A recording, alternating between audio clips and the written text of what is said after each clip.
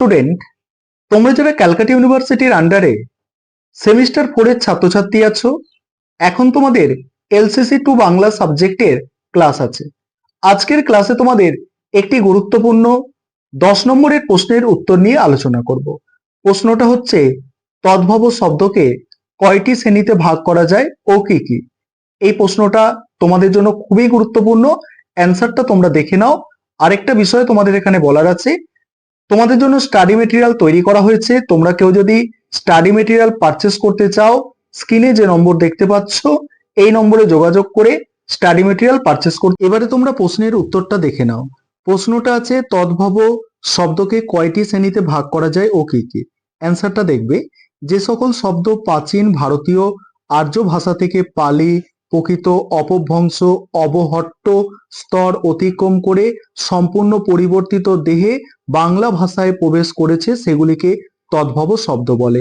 মনে রাখতে হবে, তৎ অর্থাৎ সংস্কৃত থেকে, যার ভব অর্থাৎ উৎপত্তি হয়েছে, তাদেরকেই তদ্ভব শব্দ বলে। যেমন সংস্কৃত, প্রকৃত আর বাংলা। সংস্কৃত থেকে প্রকৃত, প্রকৃত থেকে বাংলা ভাষায় এসেছে।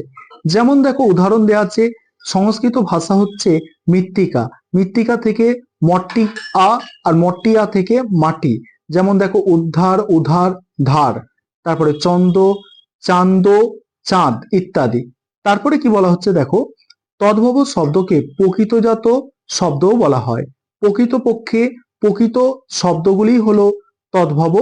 আর তারপরে দেখো, শ্যামাপদ চক্রবর্তী বলেছেন, ইহাদিগকে বাংলা ভাষায় সর্বপ্রধান উপাদান না বলিয়া বরঞ্চ বাংলা ভাষাই বলা উচিত, কারণ তদ্ভবই দেখো বাংলার, এটা হবে বাংলার পান, এটা বাংলার হবে, বাঙ্গার নয়। তদ্ভব শব্দকে দুটো শ্রেণীতে ভাগ করা যায়। একটা হচ্ছে নিজস্ব তদ্ভব। যে সকল তদ্ভব শব্দ যথার্থই বৈদিক বা সংস্কৃতের নিজস্ব শব্দের পরিবর্তনের ফলে এসেছে সেগুলিকে নিজস্ব শব্দ, তদ্ভব শব্দ বলে। যেমন কৃষ্ণ থেকে কেষ্ট, কেষ্ট থেকে হচ্ছে কানু।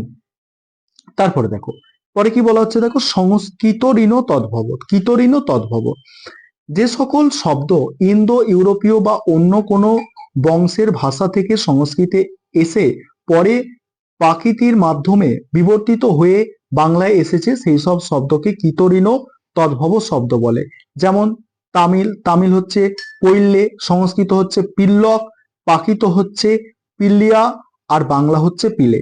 এই ছিল তোমাদের একটি গুরুত্বপূর্ণ প্রশ্নের উত্তর। তোমরা দেখে যাও, এই প্রশ্নটা পরীক্ষার আগে খুবই গুরুত্বপূর্ণ একটা প্রশ্ন।